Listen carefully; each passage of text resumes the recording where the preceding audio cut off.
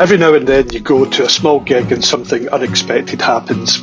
I went along to see my good friend Alan, Serious Child, in Windsor a couple of months ago and ended up completely absorbed by the band sharing the stage with him, My Girl the River.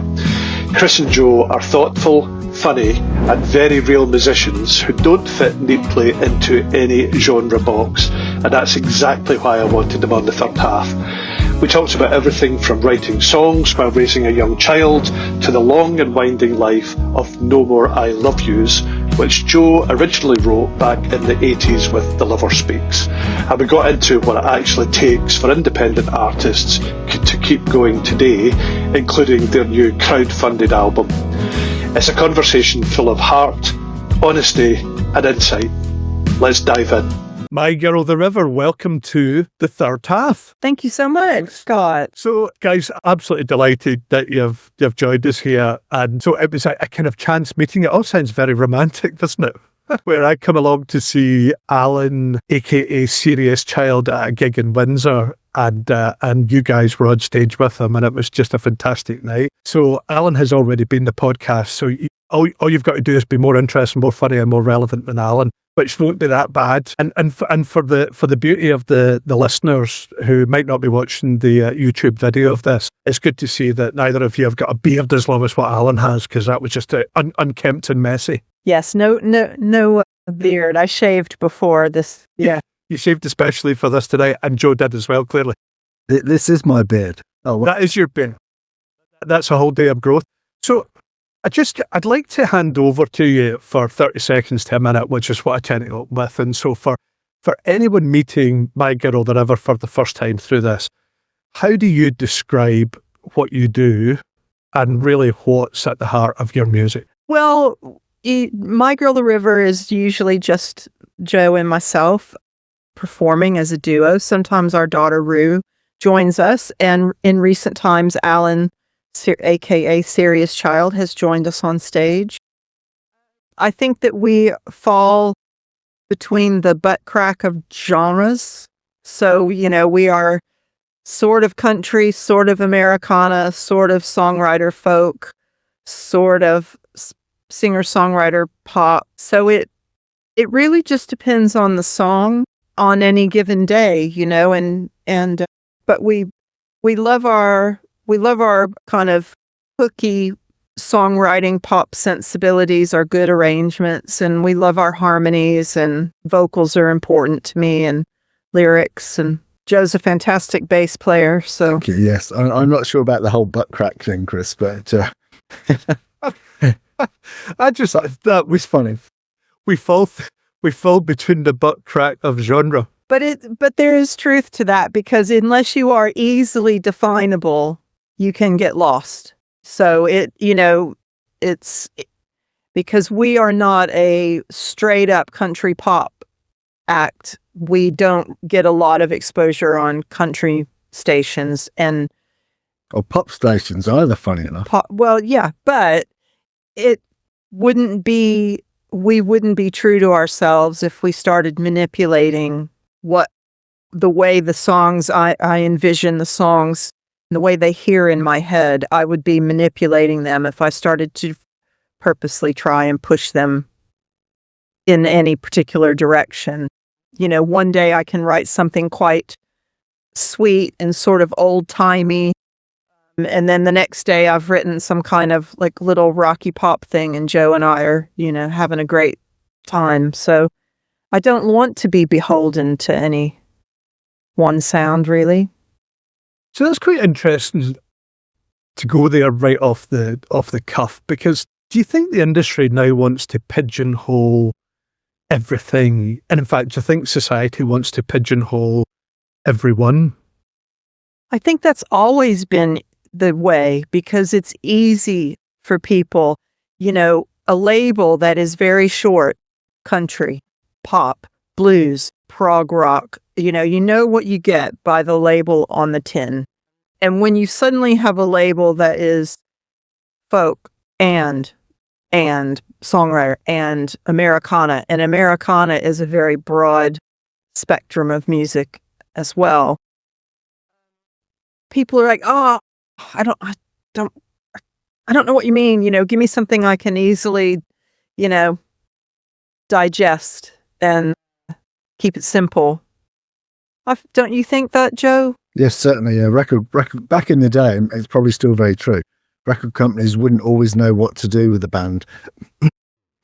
Excuse me, that had quite a big range of styles. So yeah, a punk band, they know a punk label would know what to do with a punk band, for example. So I think it still holds true now. Yes. And I also, just to add on to that, Joe would tell you this if he were answering this question. When the Lover Speaks did their debut album, which had No More I Love Yous on it, the record company basically said, great, go back in the studio for your second album and give us a bunch more No More I Love Yous.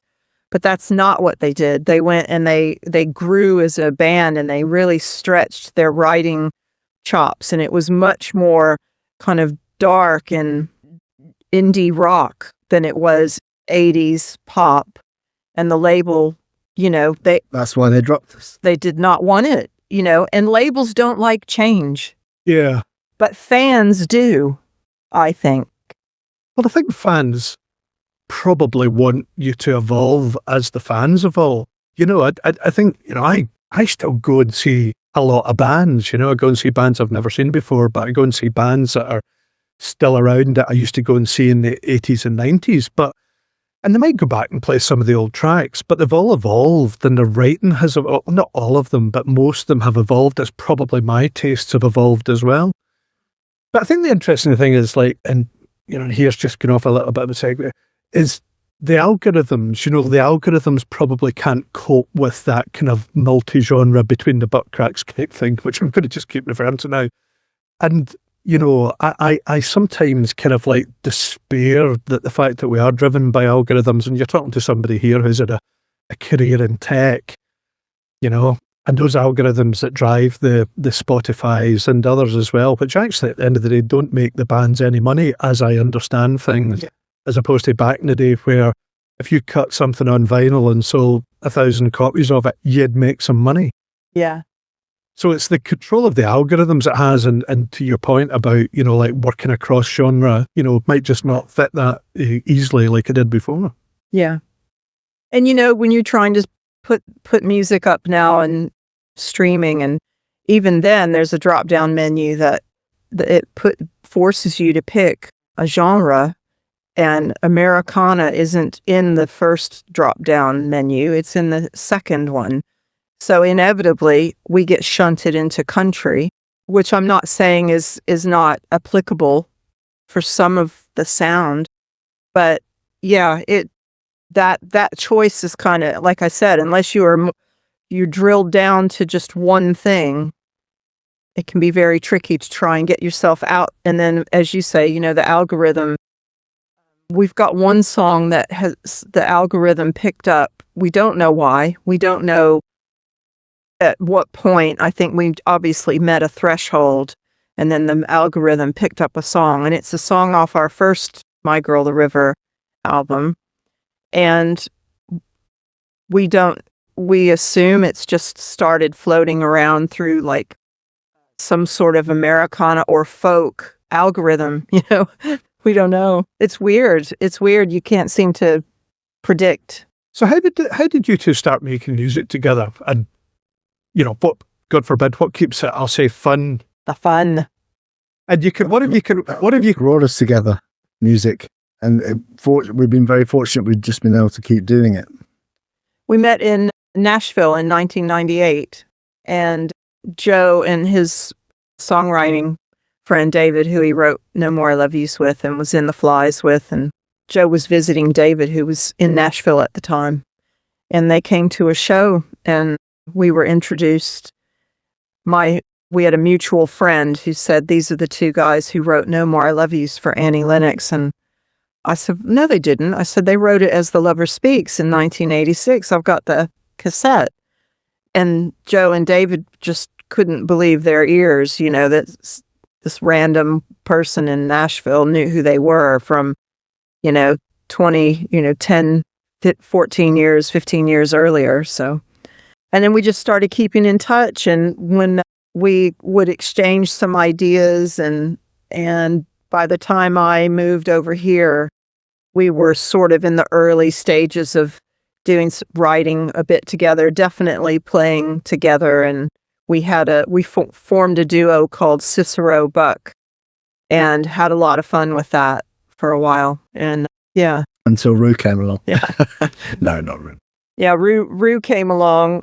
I accepted a delivery of 1,000 CDs. It was our second Cicero Buck album, and the next day I found out I was pregnant, and so we had a change of plan, and it was perfectly, we were thrilled. It wasn't a surprise, but we were gonna go to America and set up a college tour, and we had the second Cicero Buck album ready to send around, and then it was like, okay, Press pause.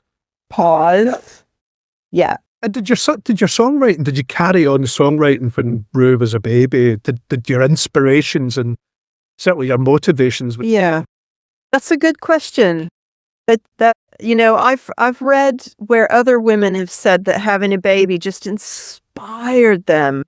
I wrote songs about spoons, and I wrote songs about food, and I wrote, my ability to capture a melody and a lyric was like limited to about a 20-second little clip because I was knackered. And then when Rue was around 3, I started writing proper 3.5-minute songs again that weren't about, nap time. And I said that I likened it for me is when Rue was tiny, Rue needed all of my brain power. I needed all of my brain power to keep her safe, to keep me safe, to keep her fed and clothed, and to understand what it was like and what to have another person that you're responsible for. It took all my brain power. As that got ingrained and over time, I started to be able to just claw back a little bit of my creative side. And I just, and I really, really feel that. I feel like it took about 3 years for me to be able to do both and feel like it was worth my time, and we did another Cicero Buck album after Rue, and yep, Rue's on it. Had a lot of fun. Little 5-year-old Rue is there singing, and and then Rue just kind of joined, would come to gigs with us, and just naturally was around a lot of music. So Joe was always educating Rue on, there was a funny time when Rue was about 5 or 6, and if you asked them their favorite song at the time, they would say "The Man Who Sold the World" by David Bowie. Eclectic music tastes of young children, we know. That's brilliant. And saying those early years, Joe, did you keep getting those little sound bites between naps from Kris saying, "Hey, have a listen to this one," and you were like, "Yes." I'll wait for the next one. Yeah, but come here. I'd be enjoying the little 20-second clips that Kris would come up with as well. Must admit, I was equally tired. I'll bet. Yeah, well, we all forget about the dads that are equally tired as well, don't we? But you could build a fantastic compendium and story of all those little clips that you were creating through Rue's formative years, couldn't you? Well, they still bounce around in my head. It's still a consideration, because when I came around that same time, that 3-year mark, I used to do IT training and testing, and that was a way to have an income. And when I stayed at home with Rue, coming out of that, I realized that if I was going to go back into work, I wanted to do something more in line with what I was experiencing. And I ended up getting an early years music degree, like a little specialist degree. And I started a toddler group. And a lot of the songs, some of them were traditional, but quite a few of them were original. And I still toy around with putting together a kids album of all those little songs, because a lot of them have in some form or other been recorded. So that would be a lot of fun. So something to break the monotony of the wheels on the bus go round and Yeah. Yeah, I really loved mine, what I learned about children's music and what works for kids, and there's still room out there for really well-crafted music for kids that is written for kids to sing along with, not written by someone who sings really high and the kids would never be able to participate in the song, or.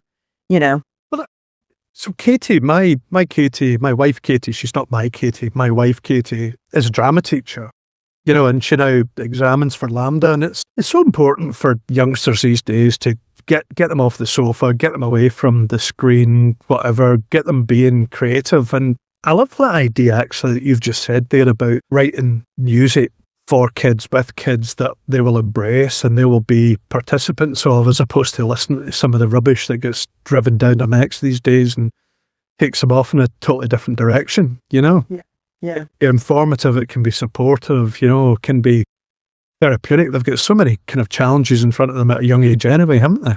Yeah, we sure do.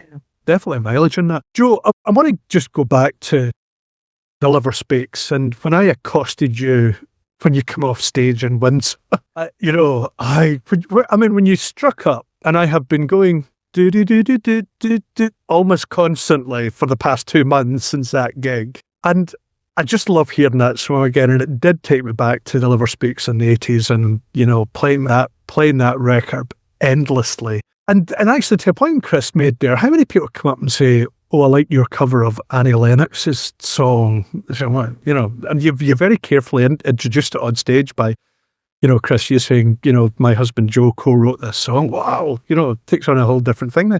But what's it like revisiting it now, and how has the meaning morphed for you over time, going back to that point when you? Well, people do seem to think of it as an Annie Lennox song, and that is perfectly fine with me. She's the one who made it popular, and it's the well-known version. So I have no problem with that at all.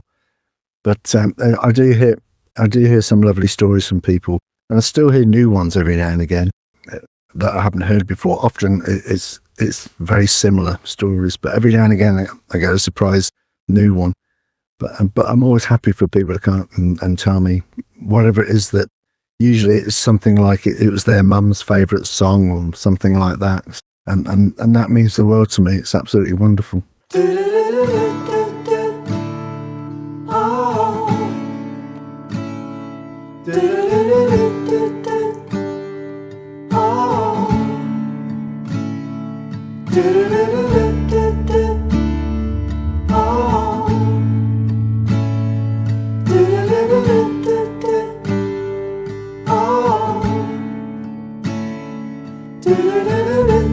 I used to be lunatic for that precious face.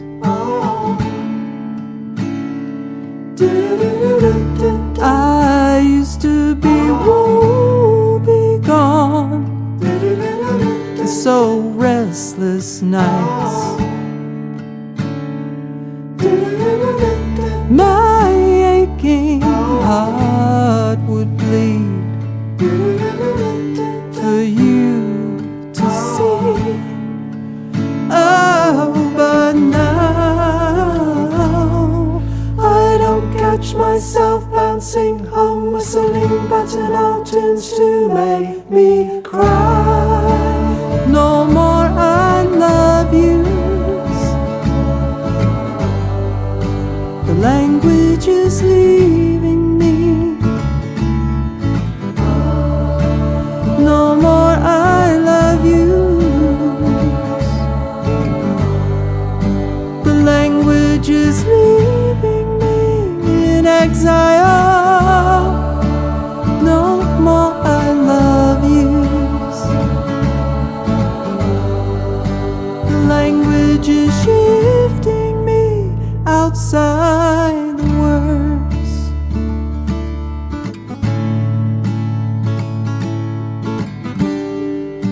lover speaks about the monsters. I used to have demons in my room at night. Oh, desire, despair, desire, so many monsters. Oh, but now I don't catch myself bouncing home, whistling buttonhole tunes to make me cry. No more I love yous. The language is leaving me. It's leaving me. No more I love yous. The language is leaving me in exile. No more I love yous. The language is shifting me outside the words. Oh. Do-do-do-do-do-do. Oh. Do-do-do-do-do-do. Oh. Do-do-do-do-do-do. Oh.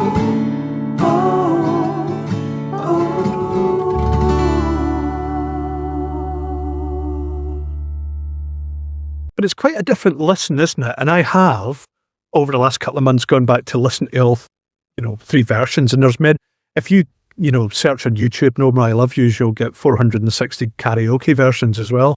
No doubt. But if I go back and listen to the original, and then I listen to Annie Lennox's, which I was, to be perfectly frank, because I had bought into the Lover Speaks version so much, I didn't really, love Annie Lennox's version. It's not that with any disrespect or anything like that. She's a great artist.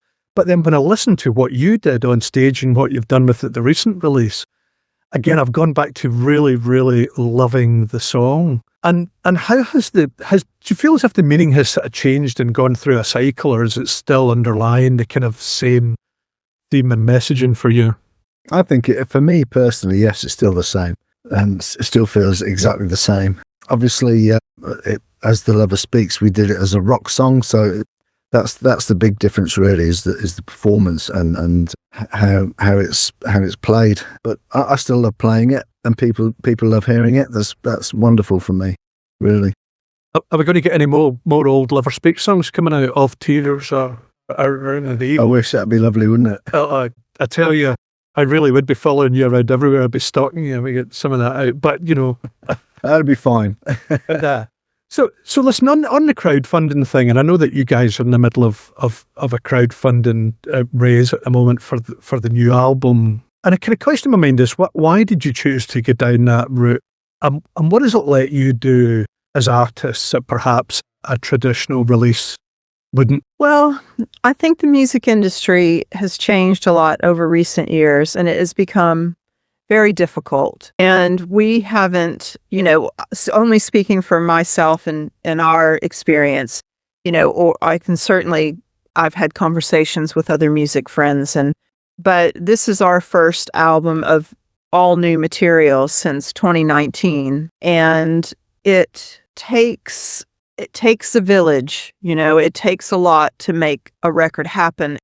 And unless you're in that industry, unless you are a musician who releases music and wants physical copies of that music and wants to gig that music and tour and sell that music, unless you are in that, you cannot understand the cost involved and the circus, the rules of the circus. And the rules of the circus are always changing, almost faster than you can unlearn and relearn the rules.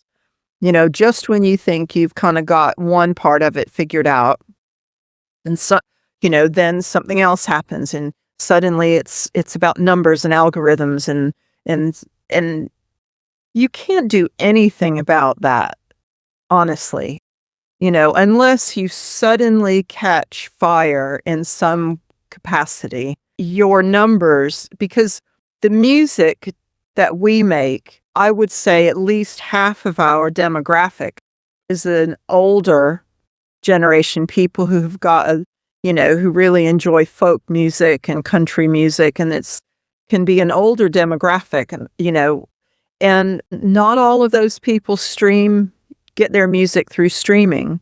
So you've got to cough up physical copies. And of course, CDs have waned and vinyl has picked up. And we really, really want to release, if it's the last album in the traditional sense, an album of songs that are written around the same time, a collection recorded around the same time, a true blue album. If this is the last one that we do, we really want to put it out on vinyl. And that, along with the recording and everything, that's just an expense that at the moment we just cannot bear alone. And so we put it to our friends and fan base to see if we can raise a modest sum to get it over the line. Yeah, and crowdfunding has become a musician's best friend, really. I don't want to say crutch because that's not what it is at all, but it's become a necessity for a lot of independent artists who they go back to their fan base and say, if you loved that, let's get another one going. And a lot of people are quite happy to do that. They don't understand that the gigs that you play, by the time you play a show in a little venue, how much of it goes to the promoter, possibly to the venue. It took however much fuel, and you know what I mean? All these little expenses, and then you split the money with another band, and it's the craziest business in the world because it is not economically viable. Musicians willingly lose money all the time in order to build a small platform that hopefully they'll go one more rung up the ladder. I'll tell you something I read. I saw this recently. I was telling Joe this. A record producer in LA was being interviewed, and he said the reason that people quit the music business isn't because of talent. It's because their nervous system is not built for all of the negativity that happens. And only those who can shoulder disappointment after disappointment, frustration after frustration, and no after no, eventually ride that wave over time and see something come of it. But so many artists get to a breaking point and they stop. And you just can't do it forever, We're still here. Joe's probably thinking, when's this stopping thing going to happen? Not all the time. No. You had a lot of fun. Joe really loved the tour dates we did. Funny enough, about a year ago, we did our first 3 dates with Alan and Serious Child, and it was like a revelation to Joe because he just had the best time. It was 3 days on the trot, Thursday, Friday, and Saturday. It was really fun. And I just had a lovely time. It was great. As did you, I hope. I love live performance. I like the sport. I like to go see live sport. I like, theatre. I love to go and see live theatre. I love live music because I think there's a bit of unpredictability about it. You don't know if a string's going to go. You don't know if something's going to crack. You don't know if a plug's going to pop out. You're going, I think it must be almost impossible for it to be the same every night. And therefore it must, all things considered, that you'll be playing the same set list most nights, but a little bit different depending on how an audience reacts and stuff like that. It just must be super exciting when you walk on stage. Your point about, making money out of it and stuff, and I always think theatre's the same, and in our local drama circles, there's a lot of really, really talented amateur actors out there who try the professional thing for a few years, and then they end up working in McDonald's with a big furry hat on or something, and other fast food, outlets, unfortunately, are available too. and then they go back to perform in the local theatres. But, and therefore we're probably blessed with a richness of local theatre and local music. But trying to find that sort of like 1 or 2% who can really make it is quite a challenge, and keep getting back around it. The merchandising thing I find interesting as well. Like twice in the past couple of years, I remember I was at a Blow Monkeys gig a couple of years ago, and Dr. Robert was on the record stand selling T-shirts. And this was at a pub in Guildford. And I thought, oh my God, there's Dr. Robert selling tickets for... And then I was up seeing The Wedding Present in Leeds, and Dave Gedge was selling tickets, and, and I just thought 20 or 30 years ago, you'd never have seen that. Yeah. Like this connecting with the audience to drive a bit of fan, to drive a bit of income, to drive that next generation of people coming along is so important. Well, merch has become essential. And, we're always trying to think of unique items and things that will resonate with people to make them want to be a part of that kind of, participate in that support. And, funny enough, just trying to think of things for the crowdfunder, what would be unique and what could I offer. But one of the things I've noticed, because artists, there's quite a few Americana artists from the States that come over, and they tend to bring a new album with them every year, and they tour, and they have a new album, and they have a new T-shirt, and they have a new keychain, and they have a new this and that, and I just wonder at what point does their fan base get tapped out? Because I can't afford a new album every year, and the ticket, and to get there, and possibly a T-shirt. So, and I want it to be special. I don't want to feel like something's been created in an effort, quick, let's put another batch of merch together. But I can understand why musicians are doing that, because the merch table is where the most money is made, because the venue doesn't, and the ticket seller doesn't have access, generally speaking. Some places do, but the merch, all that goes to the artist. But I think that's why the crowdfunding thing and, doing what you're doing almost feels like the community. It is the community of music, bring the fans in, get them involved in the album. And I love the way that you put little teasers out. If you sign up, you will get this and that. Yeah. I think that's great, because people feel vested. What do people want from the merchandise? People feel part of the community. They feel vested in the act, as opposed to, as you say, just, pardon the pun, rocking up and, hey, there's another T-shirt or haversack or water cup to buy. Yeah. And the other thing is just thinking it through, as with a crowdfunder, you can just donate £5 or £10 or something if you want, just to show a bit of support. And I think if it were down to me, I would do that for everybody. And this is the thing, I'm often signing up to people's crowdfunders, even though I find that difficult sometimes, financially to do it. But I feel like that is part of giving back into your musical community. But, if I were a young person and I had a tenor, and I wasn't starving or anything, if I had that and I could go, you know what, I could slide that artist this little £10 in my account. And then when that album comes out, I get to say to myself, I was a part of that. I helped make that happen. This wouldn't be here without all these people that came along, whether it was £5 or £500. And now I'm going to go and see them play. And I get, the music is the gift that keeps giving. It isn't, oh, I bought a cake. Oh, the cake is gone. It's, I helped support someone who is going to play a song for me that makes me cry and means a lot to me. So, I love that. I the cake will be eaten. I love that.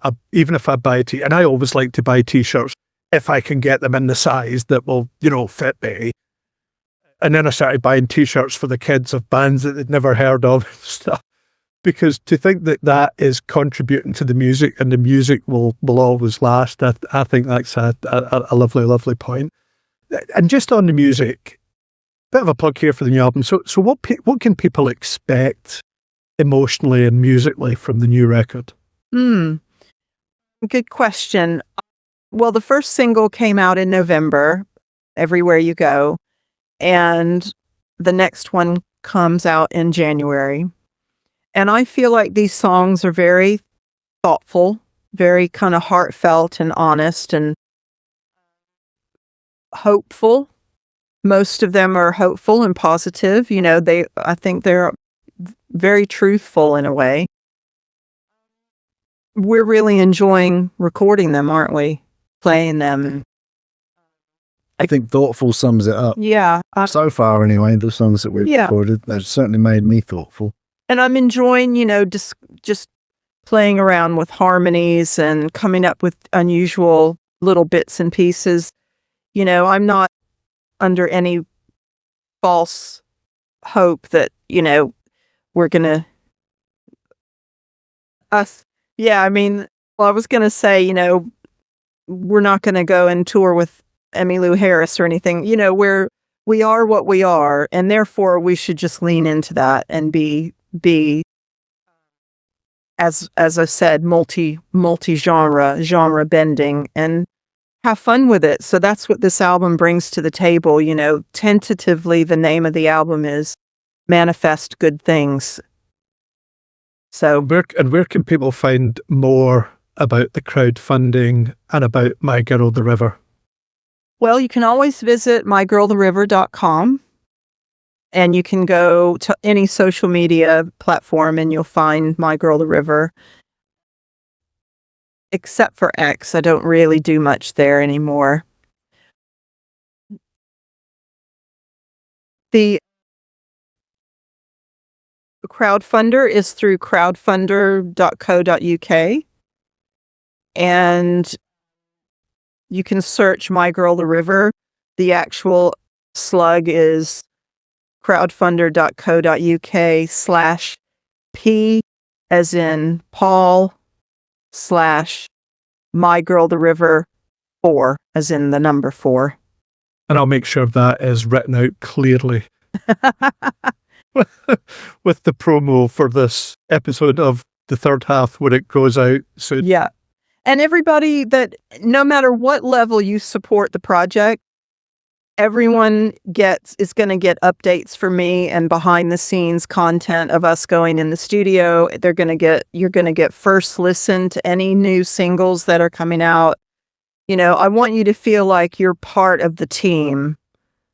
I want to be able to make sure that you feel like this was a cool project to be involved in. I just think that Alan encouraged you to send me out a bespoke link because this sort of idea of you can just, give a $5, I didn't see that button on the link I got. Alan obviously told you that I had more money than I actually do. Or maybe we just didn't want to fall into the kind of stereotypical Scottish thing, like just keep it small, we might get some money out of it. So listen, just to close, guys, I got a couple of semi-serious but quick-fire questions. You can answer separately or collectively. What do you listen to in your spare time if you've got a quiet moment yourself, if you're out on your own? Kris? Okay. I listen to music. I went through a long period of time where I didn't really listen to a lot. I enjoyed my quiet, and I think it was because of some of the work I was doing. I needed the quiet recharge. I just love to listen to music in the gym because then it's just discovery. I still like indie music, rock music. I like Brandi Carlile, kind of Gillian Welch and Bonnie Light Horseman. I love great songwriters. So, great guitar players. Yeah, I'm a big 21 Pilots fan, but that's something that Rue and I share, which is really sweet. I like listening to my classic rock. I also love listening to the radio. I listen to Radio 6, Radio Caroline, Radio 4, but also listen to Radio X, classic rock, that kind of thing.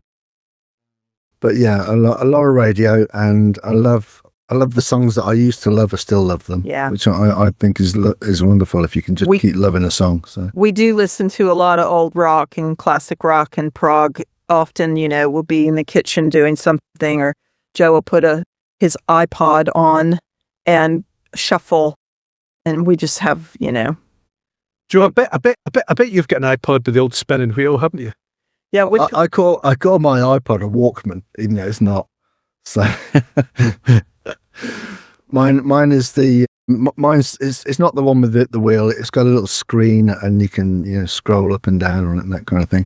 Can't remember what they call it now, but it was the one right after the scroll. Yeah, it's about 15 years old, something like that. No, still retro. I bet it's in his last legs. It's seen a few scratches, that one. Oh, the screen's cracked on it for sure. Yeah, oh yeah, it's smashed to bits, but it still works. Yeah, it's all good. What do you listen to? Clearly The Lover Speaks and My Girl of the River, and every other band in between, and Serious Child. It's funny you talk about going to the gym, because I have been on a bit of a go to the gym thing, and going to the gym just helps me get through. Listening to music helps me get through the gym. Yeah. I've been listening to a lot of Wedding Presents. A bit like Joe, I listen to a lot of old stuff. I just dig out songs and play them endlessly. But I listen to a lot of Radio 6 as well, because I think it's how I get my new fixes. Yeah. I'll hear a song, I'll Shazam it. Yeah. Other tools are available again. And I'll go and listen to an album. I think the concept of an album's now changed a lot from what it was when I was a kid lying in my bedroom with the lights off with the record. I knew it was finished because you could hear the needle scratching at the end. It would remind you to get up and flip it over. But yeah, so a mixture of Radio 6, Caroline, and old stuff. But I love finding new bands. I love coming across new stuff as well. Yeah. A lot. Well, indeed. It's a lot of lovely stuff. There's a lot of great new stuff out there as well. And often I hear things through Rue's playlists, and then I say, who's that? Who's that? Who's that? And, there's a band that we went to see called Always, and they're just a fantastic indie pop rock band, and great harmonies, again, great guitar sounds. And so, there's no shortage of new stuff. That's the other thing. Fortunately, we don't put Rue off her stuff by us liking it. So. Yeah. And how does she feel about playing with you guys? How does she feel about working together and stuff? Loves it. Wishes, they wish they could do more. I know Rue hates to not be able to do a show, but that's just the way it is. But I was going to say quickly that I was listening to something the other day, and I know, when you listen to a song that on a streaming service, after you listen to that song, it of course starts to suggest similar sounding things, right? The algorithm gets to work and starts to put music under your nose. And I saw a name I didn't recognize, skip, a name I didn't recognize, skip, a name I didn't recognize, skip, a name okay. Oh, that's my song. And then the next 4 songs, didn't recognize any of the artists. Then someone else I knew, song came on. But I was stunned at how many new artists were put under my nose before I actually got to anything that I had listened to previously. And the other part of that is, because of AI, how do I know that these people are real? Mm. And I don't have time to go and check, because maybe I'm in the middle of baking a cake, or I'm about to, So I'm literally going, no, no, no, no. Oh, okay. I like this song. It's very strange. And you can listen to that first. I can listen to 10 or 20 seconds of a song and I know whether it's going to get me or not, which is a shame because there's a lot of songs which can be slow burners. But, I'm not saying the first couple of bars and then I'm out, but I'll tend to listen to 20, 30 seconds, maybe half a minute to see it the whole way through. So that's again, if the algorithm's pushing stuff in front of me.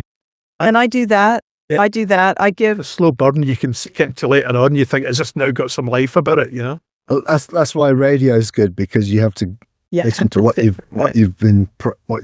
been programmed on the show already. So that's another reason that I like radio. Interesting. Guys, Kris, Joe, it's been absolutely lovely talking to you. I love your music. I love your music. I love what you're doing. I love the crowdfunding thing. I loved when I saw you, it was so uplifting. When I came to see Serious, and I'll be honest, I came to see Serious Child because of Al, and it was such a bonus listening to you guys. And thank you. I'm really glad you came. No More I Love Yous.